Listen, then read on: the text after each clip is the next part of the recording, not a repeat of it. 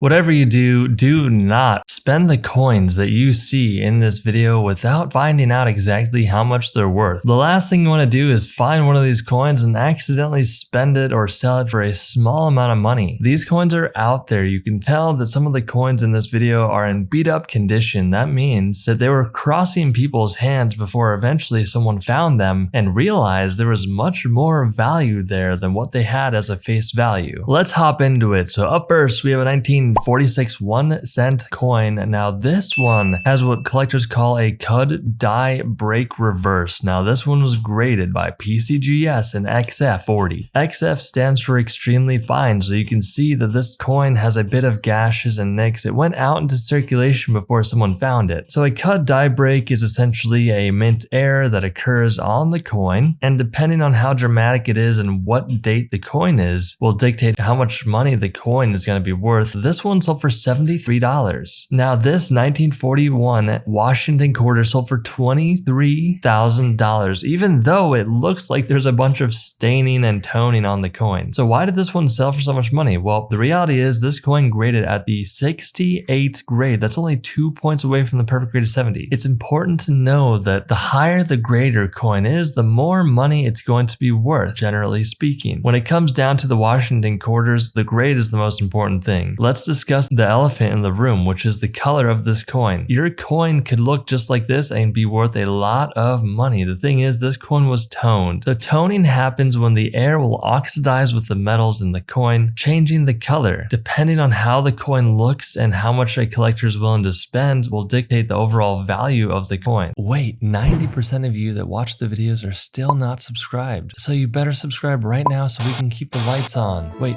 no, I was kidding.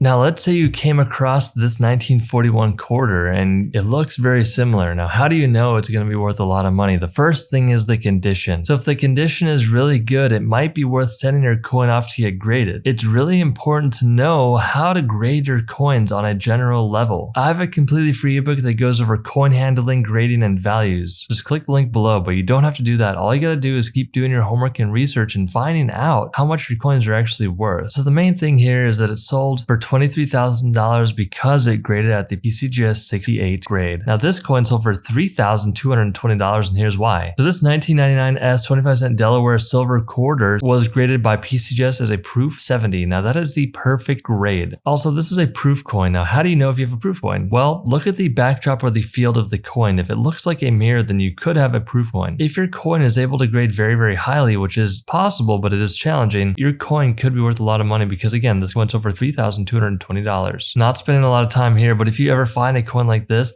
one sold for $870,000. Please make sure you find a coin expert immediately if you're going through, say, a collection or it was handed down to you in some way. So this coin sold for $18,800, and here's why. So this 1950 10-cent Roosevelt dime was graded by PCGS a proof 68 deep cameo. So remember what I said about proof coins. If you look at the backdrop or field of the coin, you will see the mirror reflection going on there. That in combination with the fact this coin graded at a 68, which is 2 points away from the perfect grade of 70, it really comes down to the grade, and that's why it sold for $18,800. This 1942 D Jefferson nickel sold for $31,725, and you want to pay attention here. So this one was graded by PCGS in mid-state 66 with the full steps on the back, and also this is a D over horizontal D coin. Let's look at this. So flip the coin over and look in the back right-hand side of the coin. You're going to see a small little D mint mark. You're going to need some sort of magnification to see what we're going to be looking at here, but essentially there's a D over D going on down there. That D over D happened during the production of the hub. Now when they're making these hubs, sometimes errors occur, and there is likely a good amount of these coins out there. Next, this has the full steps on the back. So if you look in the back center of the coin, you're going to see above Monticello there the full steps. Those are the highest point on the coin, and they're the hardest to strike, so it's hard to get those full steps. Remember, it only really matters if your coin is uncirculated. All of these things combined allowed it to sell for $31,725. This 1944 penny sold for $408,000, and here's why. So during the war efforts, they needed a bronze for ammunition, so there was a transitional period where coins were being struck on different types of material. Now, all 1944 pennies should not look like this. This coin was accidentally struck on a zinc-coated steel planchet graded by PCGS in mid-state 66 with a CAC sticker. So after you get your coin graded, CAC is another third-party company that will put their CAC sticker on your holder if the coin looks good enough at the grade or if they think it's going to grade higher. But again, the biggest reason why why it sold for so much money is because 1, the grade is really high, and 2, it is a mint error. It should have never happened. This 1944 penny should be struck on a bronze planchet. If you enjoyed this video, you'll definitely enjoy the video on the screen.